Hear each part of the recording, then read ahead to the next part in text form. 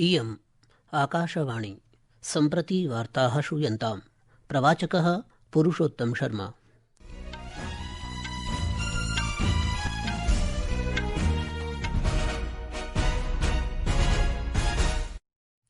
आदौ मुख्यवार्ताः। केन्द्रीयमन्त्रिमण्डलेन अद्य केन्द्रीयकर्मचारिभ्यः सेवानिवृत्तवेतनभोगिभ्यश्च महार्घताव्यये 3% वृद्धेः निर्णयः स्वीकृतः। प्रशासनेन देशे 57 नूतनकेन्द्रीयविद्यालयानां स्थापनायै स्वीकृतिः प्रदत्ता। सममेव आगामि वित्तवर्षात् शारदीयशस्यानां न्यूनतमसमर्थनमूल्ये वृद्धिः अपि अनुमता। प्रधानमन्त्री नरेन्द्रमोदी अवोचत् यत् राष्ट्रियस्वयंसेवकसङ्घः राष्ट्रनिर्माणे समाजस्य सशक्तीकरणे च सततं कार्यरतो वर्तते। भारतीय रिजर्व बैंकेन वर्तमानवित्तवर्षाय सकलगृह्योत्पादस्य वृद्धेः अनुमानं संशोध्य 6.8% विहितम्। अथ च वर्तमानवित्तवर्षाय मुद्रास्फीतेः अनुमानमपि 2.6% विहितम्, यद्धि प्राक्तनात् अनुमानात् न्यूनमस्ति। अपि च देशस्य नैकेषु भागेषु अद्य महानवमी पर्व महतोल्लासेन आचर्यते।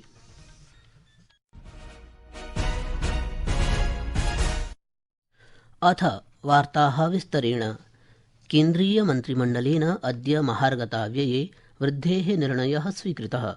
ततः केन्द्रीयकर्मचारिभ्यः सेवानिवृत्तवेतनभोगिभ्यश्च प्रत्येकं 3% महार्घताराशिः प्रदास्यते। अद्य नवदेहल्यां मन्त्रिमण्डलीयोपवेशनानन्तरं वार्ताहरेभ्यः इयं सूचना प्रसारणमन्त्रिणा अश्विनीवैष्णवेन प्रदत्ता। तेन प्रोक्तं यत् अनेन निर्णयेन प्रायः 49.2 लक्ष केन्द्रीयकर्मचारिणः 68 लक्षाधिकसेवानिवृत्तकर्मचारिणश्च लाभान्विताः भविष्यन्ति। निर्णयोऽयं गत जुलाई मासस्य प्रथमदिनाङ्कात् प्रभावी भविष्यति। हमारे सभी केंद्रीय कर्मचारियों को, पेंशनर्स को बधाई। आज से 1/7/2025 से डीए और डियरनेस रिलीफ 58% हो जाएगा, यानी 3% बढ़ा, और करीब 49 लाख एम्प्लॉइज और 69 लाख पेंशनर्स को इसका सीधा लाभ मिलेगा। केंद्र सरकार के बढ़ाने के बाद में राज्य सरकार के एम्प्लॉइज को भी इसका सीधा बेनिफिट मिलता है। टोटल करीब 10,084 crore rupees per year extra मिलेगा हमारे सभी केंद्रीय कर्मचारियों को प्लस पेंशनर्स को। आर्थिक प्रकरण सम्बद्ध केन्द्रीय मन्त्रिमण्डल समित्या आदेशम् इदमपि निर्णीतं यत् 58.62 कोटि रूप्यक परिव्ययेन 57 संख्यकाः नवीनाः केन्द्रीय विद्यालयाः अपि उद्घाटयिष्यन्ते। केंद्रीय विद्यालय एक बहुत ही अफोर्डेबल लेकिन हाई क्वालिटी एजुकेशन के लिए फेमस है। अब तक करीब देश में 1288 केंद्रीय विद्यालय चल रही हैं। इसको और आगे बढ़ाने के लिए 57 न्यू केंद्रीय विद्यालय खोले जाएंगे, और इसमें 20 ऐसे हैं जो जिन जिलों में एक भी केंद्रीय विद्यालय नहीं है उनमें 20 जोड़े गए हैं। 14 केंद्रीय विद्यालय ऐसे हैं जो एस्पिरेशनल डिस्ट्रिक्ट में, आकांक्षी जिलों में, और 4 केंद्रीय विद्यालय लेफ्ट विंग जिलों में थे, और हिली एरिया और नॉर्थ ईस्टर्न रीजन में 5 केंद्रीय विद्यालय खोले जाएंगे। श्री वैष्णवेन प्रोक्तं यत् एतादृशेषु जनपदेषु अपि 20 विद्यालयाः उद्घाटयिष्यन्ते यत्र अधुनापर्यन्तं कोऽपि केन्द्रीयविद्यालयो नास्ति। नवीनविद्यालय उद्घाटनेन शिक्षकाणां 47% अतिरिक्तपदानि सर्जितानि भविष्यन्ति। 87,000 छात्राः चापि लाभान्विताः भविष्यन्ति। सममेव केन्द्रीयमन्त्रिमण्डलस्य आर्थिकसमित्या आगामि वित्तवर्षात् शारदीयशस्यानां न्यूनतमसमर्थनमूल्ये वृद्धिः अपि अनुमता। प्रधानमन्त्री नरेन्द्रमोदी अद्य नवदिल्ल्यां राष्ट्रियस्वयंसेवकसङ्घस्य शताब्दीसमारोहे भागम् अभजत्। शताब्दीसमारोहः RSS इत्यस्य रिक्थं सङ्घस्य सांस्कृतिकं योगदानम् अथ च देशस्य एकतायां सङ्घस्य भूमिकां दर्शयति। अत्रावसरे निजसम्बोधने प्रधानमन्त्रिणा उक्तं यत् RSS इति राष्ट्रनिर्माणाय कार्यरतो वर्तते। तेनोक्तं यत् शतवर्षपूर्वम् अद्य एव सङ्घटनस्य रूपे राष्ट्रियस्वयंसेवकसङ्घस्य स्थापना केवलं संयोगः नासीत्, अपितु सहस्रवर्षेभ्यः अनुवर्तमाना एकस्याः परम्परायाः पुनरुत्थानम् आसीत्। अपने गठन के बाद से ही राष्ट्रीय स्वयंसेवक संघ विराट उद्देश्य लेकर चला, और ये उद्देश्य रहा राष्ट्र निर्माण। इस उद्देश्य की पूर्ति के लिए संघ ने जो रास्ता चुना वो था व्यक्ति निर्माण से राष्ट्र निर्माण, और इस रास्ते पर सतत चलने के लिए जो कार्य पद्धति चुनी वो थी नित्य नियमित चलने वाली शाखा।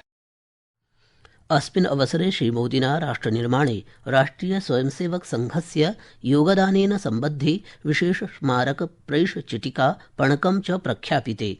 प्रधानमन्त्रिणा नरेन्द्रमोदिना उक्तं यत् श्वः विजयदशमी पर्व अस्ति। इदं पर्व अन्याये न्यायस्य विजयस्य प्रतीकं वर्तते। अस्मिन् अवसरे केन्द्रीय संस्कृतिमन्त्री गजेन्द्रसिंह शेखावतः अवोचत् यत् आरएसएस इत्येतत् जनेषु राष्ट्रनिर्माणस्य सांस्कृतिकजागरूकतायाः च भावनां जागर्ति। आरएसएस इत्यस्य सरकार्यवाह दत्तात्रेयः होसबोले अवोचत् यत् संघस्य कार्याणि गतिविधयश्च देशस्य प्रत्येकं कोणे अवलोकयितुं शक्यन्ते। तेनोक्तं यत् समाजः संघेन विधीयमानैः विविधकार्यैः परिचितो वर्तते। स्वयंसेवकाः समाजम् एकस्मिन् सूत्रे स्थापयन् सामाजिकविकासे, राष्ट्रसेवायां, सुरक्षायां, विविधकल्याणकारी गतिविधिषु च सक्रियरूपेण संलग्नाः सन्ति। भारतीय रिजर्व वित्तकोषेण स्वीय सकलगृह्योत्पादनवृद्धिमात्रायां संशोधनं कृतम्। प्रवर्तमान वित्तवर्षाय विकासानुमानं संशोध्य 6.8% कृतम्। एतस्मात् प्रवर्तमान वित्तवर्षस्य कृते मुद्रास्फीतेः अपि अनुमानं 2.6% कृतं, यच्च पूर्वापेक्षया न्यूनमस्ति। अवधेयं यत् भारतीय रिजर्व वित्तकोषेण 25-26 वर्षयोः गृह्योत्पादनवृद्धेरनुमानं 6.5% कृतमासीत्, अपि च मुद्रास्फीतेरनुमानं 3.1% मितं कृतम्।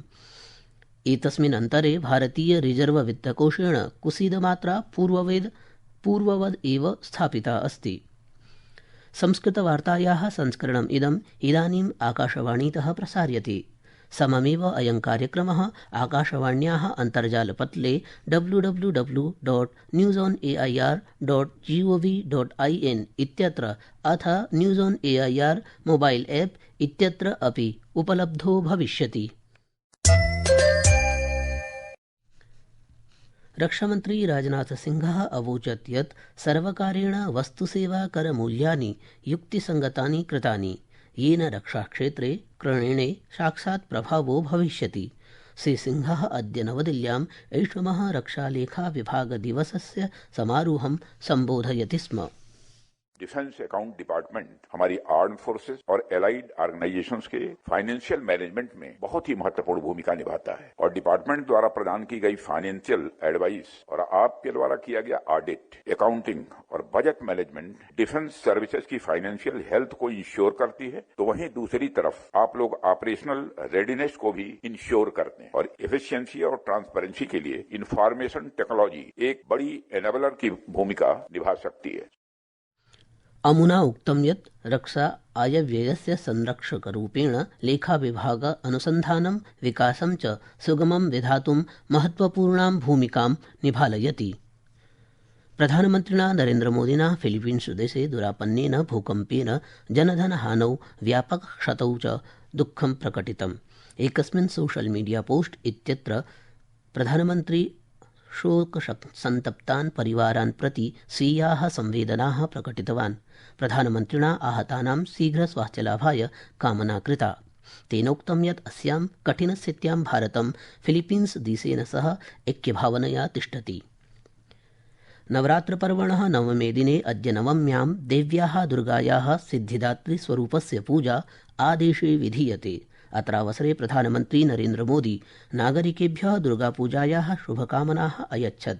सामाजिकसञ्चारपटले प्रधानमन्त्री अलिखत् यत् नवरात्रपर्व समेषां जीवने सौहार्दं सुखं च आनयेत्। राष्ट्रपतिः द्रौपदी मुर्मुः विजयादशमी पर्वणः पूर्वसन्ध्यायां देशवासिभ्यः विजयदशमी पर्वणः शुभकामनाः प्रदत्तवती। राष्ट्रपतिना समुदीरितं यत् अयं हि पर्वः अधर्मे धर्मस्य विजयो भवति इति प्रतीकत्वेन स्वीक्रियते, अथ च जनान् सत्यधर्ममार्गं प्रति अग्रेसर्तुं प्रेरयति।